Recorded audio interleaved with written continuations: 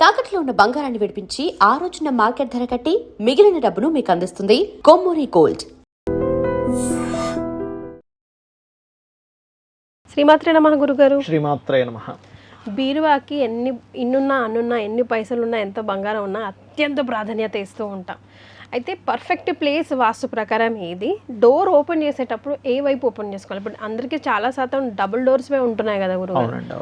So దానికోసం చాలా మంది ఏంటంటే బీరువాని ఏ ఇంట్లో చూసినా నైరుతి మూలలోనే పెడతారండి. బికాజ్ ఆఫ్ కారణం ఏమిటి అంటే నైరుతిలో బరువు ఉండాలి అనే భావనతో పెడుతూ ఉంటారు. అయితే శాస్త్రంలో నైరుతి గురించి ప్రామాణిక శ్లోకం ఏదైనా ఉందా దీనికి అంటే ఉంది. నైరుతి చేతు శస్త్రగారు అన్నారు, అంటే నీ శస్త్రములు పెట్టుకోమన్నారంటే నీ పనిముట్లు. ఒక సాఫ్ట్వేర్ ఎంప్లాయీ తన ల్యాప్టాప్ని, డాక్టర్ గారు తన స్కోప్ని, ఒక రైతు తన నాగల్ని పెట్టుకోవాలి. అంటే ఏ వృత్తిలో ఉండేవాళ్ళు దానికి సంబంధించి పెట్టుకోమని చెప్పారు.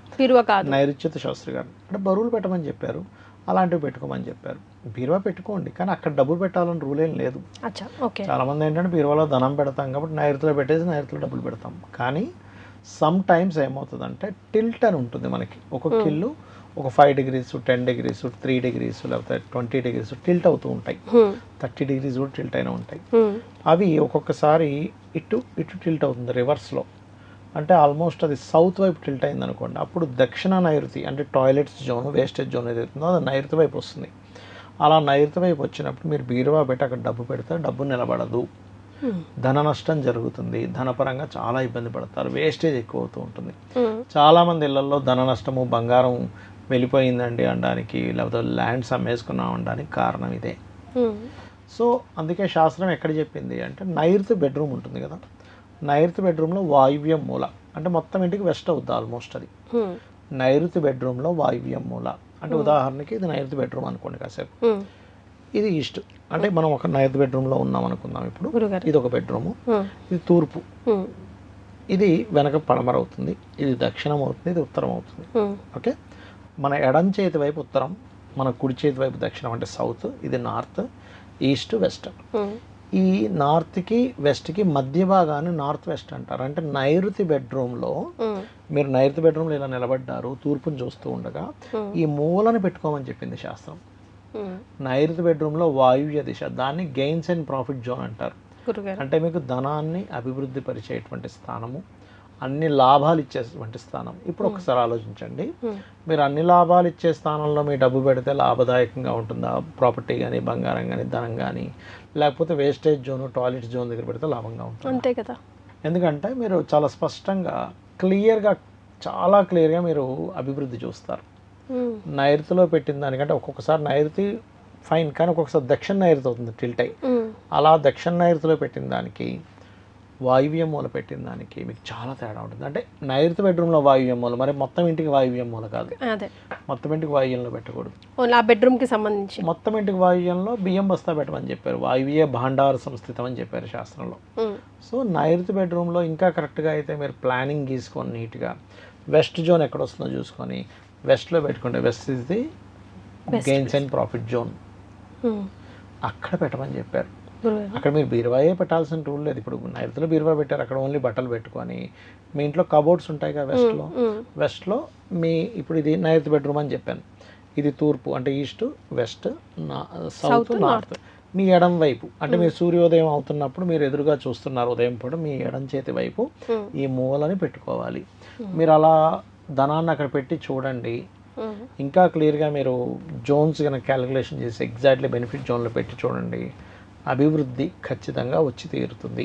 ఎందుకంటే అక్కడ ఉండేటువంటి పదాలు ధనాన్ని అభివృద్ధి పరిచేవి ఉంటాయి. రెండో ఆప్షన్ కూడా ఉంది, ఉత్తరే నిధి సంస్థితం అని చెప్పారు శాస్త్రంలో. అంటే ఉత్తరం మధ్యలో నిధులు పెట్టుకోమని చెప్పారు. అంటే ధనం, అక్కడ కూడా మీరు ధనం పెట్టుకోవచ్చు, బంగారం పెట్టుకోవచ్చు, తప్పులేదు.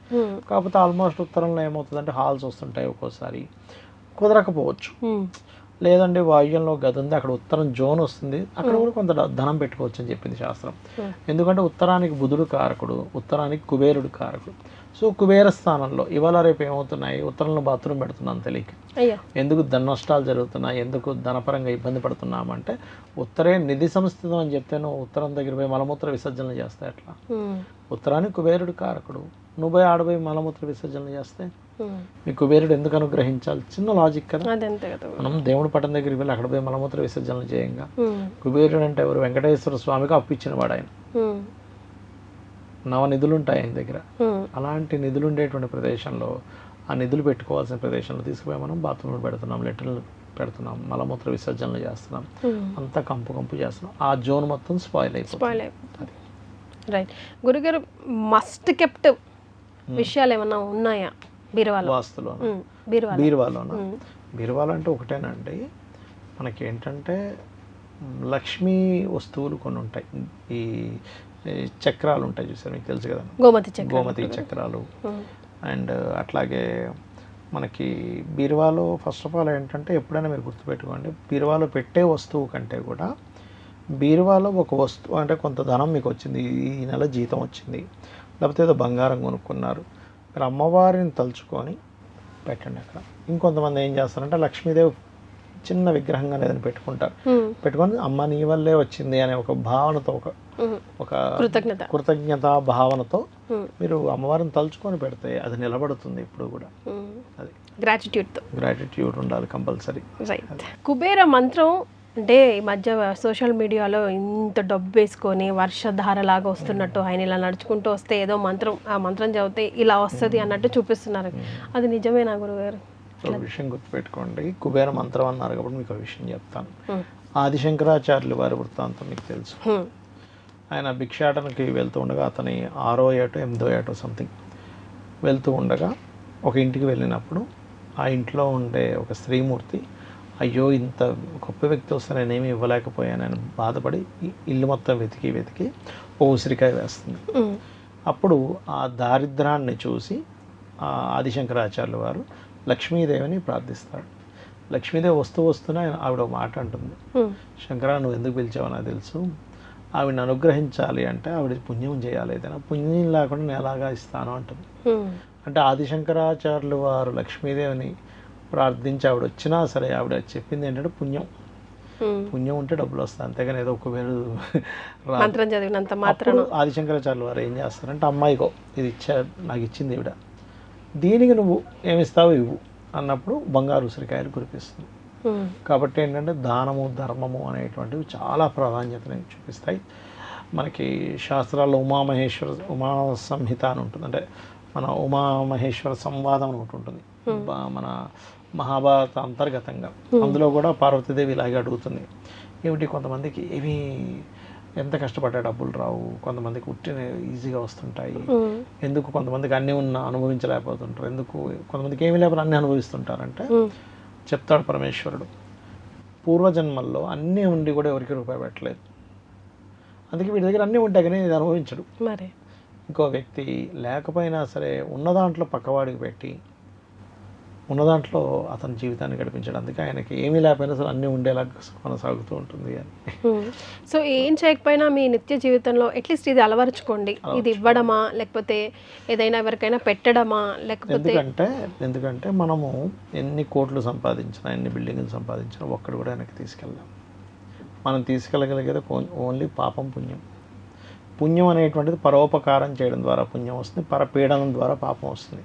సో ఈ రెండిట్లో మీరు ఏది ఎక్కువ తీసుకెళ్తారో డిసైడ్ అయ్యి తీసుకెళ్ళాలి. సో నిత్య జీవితంలో ఏం చేయడం అలవరుచుకోవాలి గురుగారు?